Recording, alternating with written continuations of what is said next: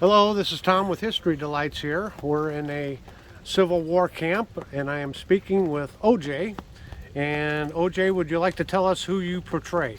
I portray Thomas Goodfellow, and he was a member of the 4th Iowa Infantry.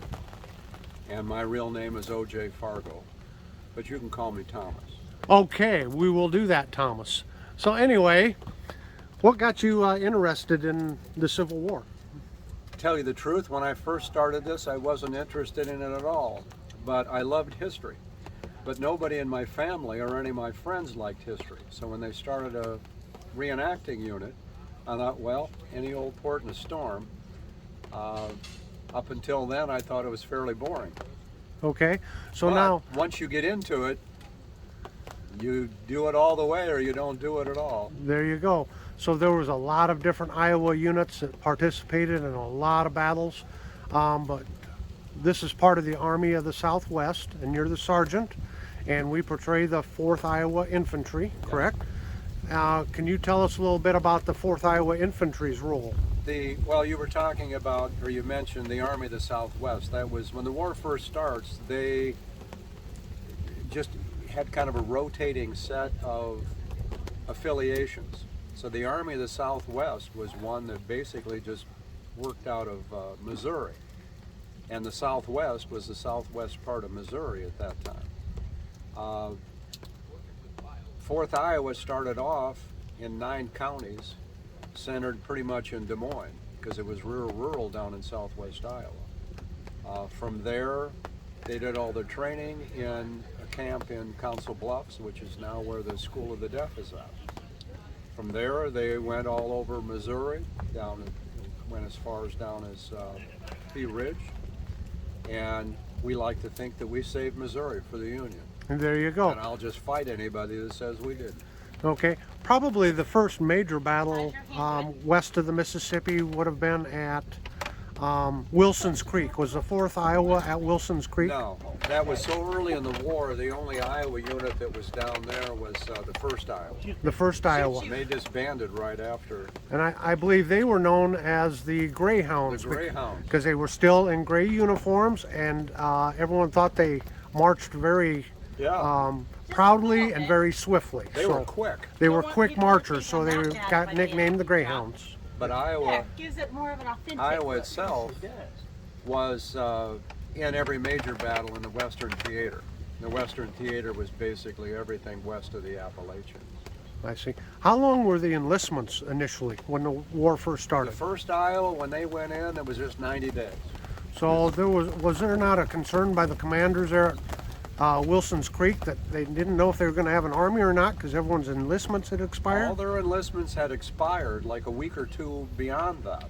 But a person has to understand the mentality back then. They all figured that war wasn't going to last anymore in about 3 months. So both sides thought they were just going to walk up, bloody the other guy's nose, and leave. But these guys had worked themselves into such a pitch that they knew there was some sort of a battle in the offing. So most of them refused to go home, even though their enlistment had expired.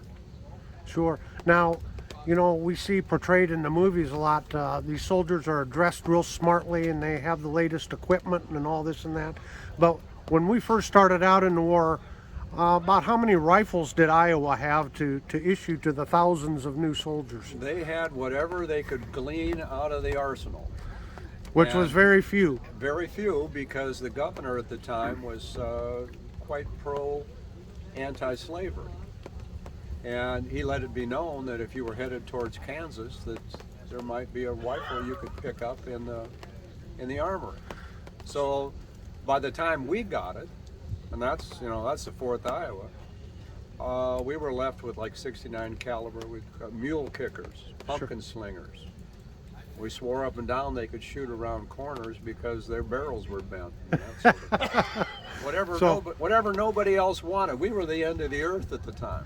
So whatever nobody else wanted, that's what we got. Right. So you made reference to going to Kansas, and of course you're talking about bleeding Kansas. Yes. And you're talking about John Brown and all the things that happened in Missouri and Kansas, which was kind of a microcosm of the war to come. The battle between Missouri and Kansas. And that was part of the Nebraska Act. That's what started it. Yeah, there was a compromise, and they were always wrestling around as to But- which. But Kansas got to vote whether they wanted to be slave or free, and so that's why there was so much warfare going on Sure. within Kansas prior to the Civil War. At one point in time, there were two legislators. In fact, for quite a while, there were two legislators: pro-slavery one and the anti-slavery. So we do know John Brown came through Iowa. He trained men. I think 11 of them ended up, or 11 of them were supposed to go to Harper's Ferry, but I don't know how many Iowans actually did go with him. 4, as I recall. But he did train them here in Iowa. They had a winter camp here They one had a year. camp in Tabor.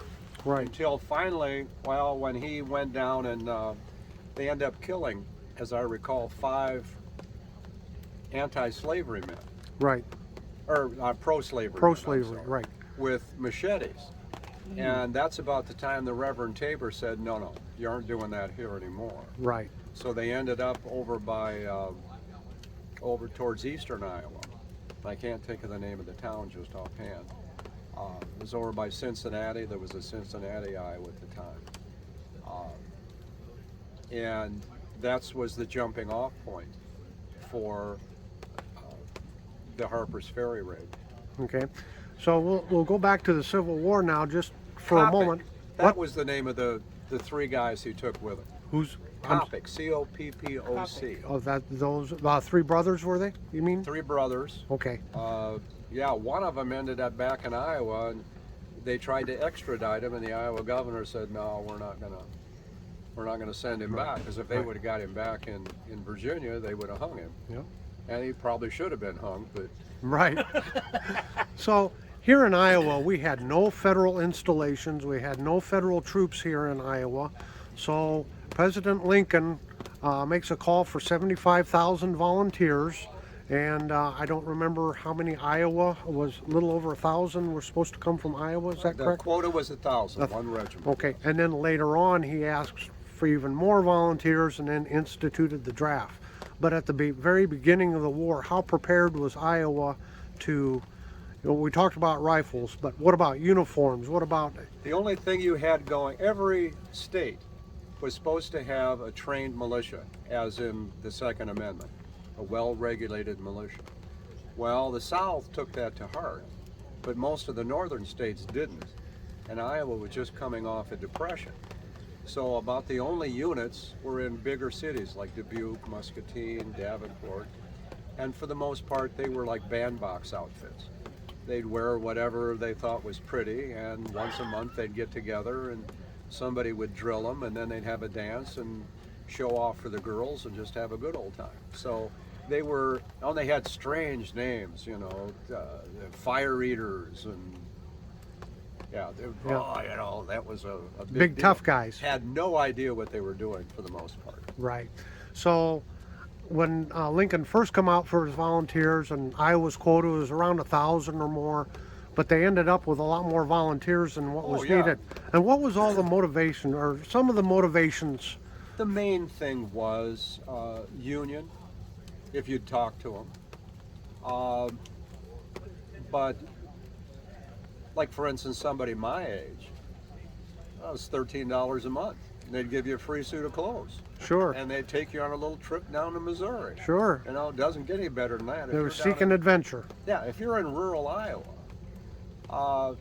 weren't seeing cash money. Right. So they'd pay you in cash. Plus the war was only going to last 3 months. So, and darn those guys down there. Right. Right. They started to believe, like 2 kids fighting on a playground. They started to believe their own propaganda. Yeah, we're going to go down, punch them in the mouth, come back, and we're going to be big heroes and strut around town for a while, and that'll be the end of that. So the worry was the war is going to be over by the time they got there. Sure. We're not going to get to be big heroes. Right. So, I don't know, thousands and thousands of people show up for that first call. And that happened all over the place, not just in Iowa. So the governor, being a political type, he says, okay, fine. I'll take 100 from Dubuque and 100 from Davenport and 100 from Keokuk, basically all the guys who were going to vote for him. Right. Right. So somebody down my neck of the woods, down in Union County, not many votes. So we thought, well, we're just tough out of luck. Sure, sure. So as we wrap up here, do you have any final thoughts that you'd like to share with the viewers? No.